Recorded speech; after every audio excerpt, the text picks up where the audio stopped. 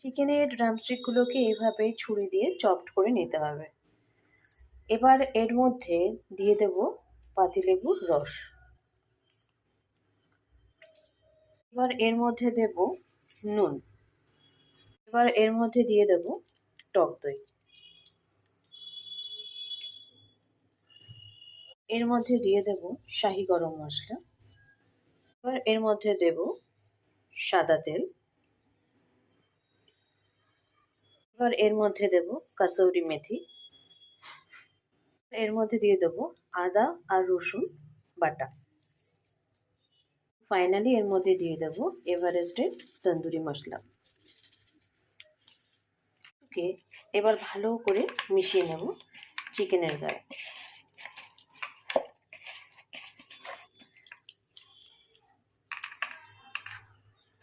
এগুলো চিকেনের মধ্যে ভালো মতন মেশানো হয়ে গেছে। আমি এক্সট্রা কোনো ফুড কালার ইউজ করলাম না, কারণ ফুড কালারটা শরীরের পক্ষে খুব একটা ভালো হয় না। তো এটা যখন একসাথে মানে সব ভালো মতন মিশে গেছে, এবার আমি এবার এটাকে 3 ঘন্টার জন্য ফ্রিজে রেখে দিলাম। এয়ার ফ্রায়ারের এই ট্রেটা বের করে নেব। বাটার পেপারটাকে এইভাবে এয়ার ফ্রায়ারের মধ্যে সেট করে দিতে হবে, ঠিক আছে? আমার ফ্রিজ থেকে ম্যারিনেট করা চিকেনটা বের করে নেব। দেখতেই পাচ্ছ চিকেনটা খুব ভালো মতন ম্যারিনেট হয়ে গেছে। এরপরে এক এক করে চিকেন পিসগুলোকে এয়ার ফ্রায়ারের ভেতরে এইভাবে বসিয়ে দেবো। ঠিক এইভাবে দিয়ে দেওয়া হয়েছে। এই এক্সট্রা যে মশলাটা আছে সেটাকে নিয়ে চিকেনের গায়ে এইভাবে ওপর দিয়ে দিয়ে দেবো। এয়ার ফ্রায়ারটাকে ট্রেটাকে আমি এয়ার ফ্রায়ারের ভেতরে ঢুকিয়ে দেবো।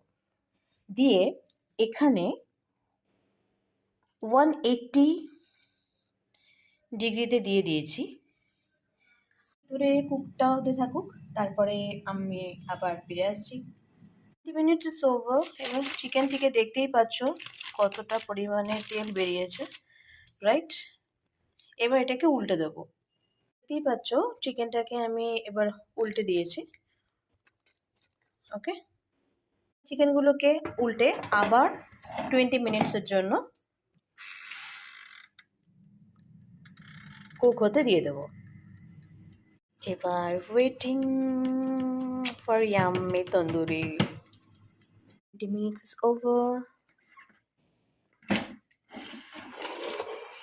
Oh my goodness, আমার চিকেন তন্দুরি রেডি। Yummy!